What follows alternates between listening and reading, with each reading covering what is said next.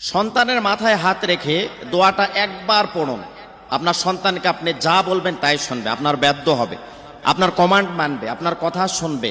হাজারো ফোন আমাদের কাছে আসে, হুজুর আমার সন্তানটাকে আমি এত ভালোবাসি, যা চায় তাই কিনে দিই, যা চায় তার সব চাহিদা পূরণ করার চেষ্টা করি হুজুর, এরপরও বড় বড় চোখ করে আমার দিকে তাকায়, আমার কথা শোনে না।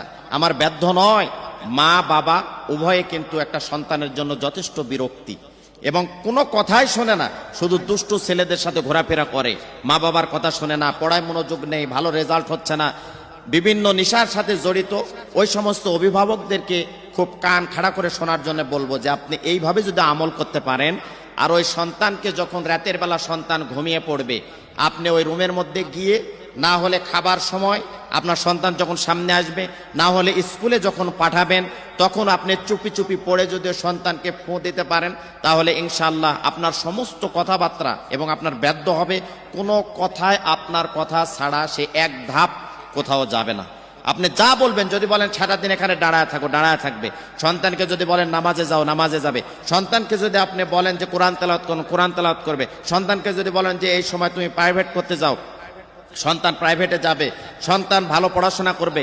একা একা আপনার সন্তান মসজিদের দিকে দৌড়াতে থাকবে, আমলের দিকে অনেক দুর্বল হয়ে পড়বে, আমল করবে এবং ফজরের আগে ঘুম ভেঙে যাবে। আপনার সন্তানকে রাত 9টা 10টা দিকে 12টার দিকে ঘুমাতে যাবে না, এশার নামাজ পড়ে ঘুমাতে যাবে।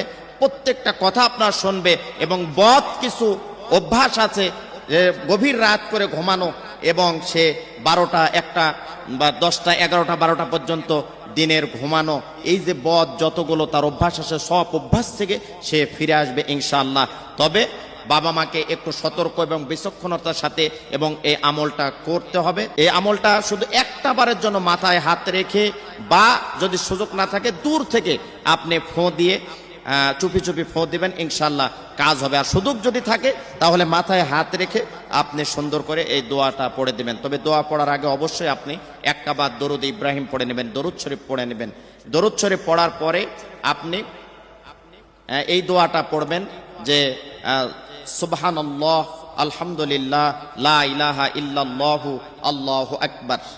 এটা মাথায় হাত দিয়ে যদি পড়ার সুযোগ থাকে পড়বেন, আর না হলে সুযোগ না থাকলে দেখছেন যে আপনার সন্তান খুব চালাক, অতিরিক্ত ব্রেন বুদ্ধি রাখে, খুব টাউট, আপনি মাথায় হাত রেখে দোয়া করলে মনে করতে পারে যে আমার মা আমাকে কি দোয়া করতেছে বা কি করতেছে। যদি আপনি হেকমতওয়ালা হন তাহলে অবশ্যই আপনি বলে দেবেন যে বাবা তুমি বাইরে যাচ্ছ, একটু দোয়া করে দিই। কিন্তু এই দোয়াটা আপনি পড়ে দিবেন, ইনশাল্লাহ কাঙ্ক্ষিত ফলাফল আপনি পাবেন। কোনো জেদ থাকবে না, কোনো কান্নাকাটি থাকবে না, কোনো রকমের আপনার বিরক্ত করবে না, অহেতুক বিষয়ে আপনাকে ডিস্টার্ব করবে না। মেধাবী হবে, বুদ্ধিমান হবে, আমল এলমিয়াতের ভিতরে থাকবে, ব্রেনিয়ান্ট হবে, বিচক্ষণ হবে। আপনি ইঞ্জিনিয়ার বানাতে চান, ডাক্তার বানাতে চান, আপনি হাফেজ, মুফতি, কারি, মুহাদ্দিস, আলেম বানাতে চান, আপনার সমস্ত নিয়াত আল্লাহ পাক কবুল আর মঞ্জুর করে নেবে। আপনি মাথায় হাত রেখে, না হলে দূর থেকে সর্বপ্রথমে দরুদ শরীফ পড়ে নেবেন, এরপরে বলবেন সুবহানাল্লাহ, আলহামদুলিল্লাহ, লা ইলাহা ইল্লাল্লাহু, আল্লাহু আকবার। এই দোয়াটা আপনি পড়বেন। শেষে আর একটা বার দরুদ শরীফ পড়বেন, আগে একবার দরুদ শরীফ, পরে একবার দরুদ শরীফ, আর কাঙ্ক্ষিত দোয়াটা আপনি পড়বেন সুবহানাল্লাহ, আলহামদুলিল্লাহ, লা ইলাহা ইল্লাল্লাহু, আল্লাহু আকবার।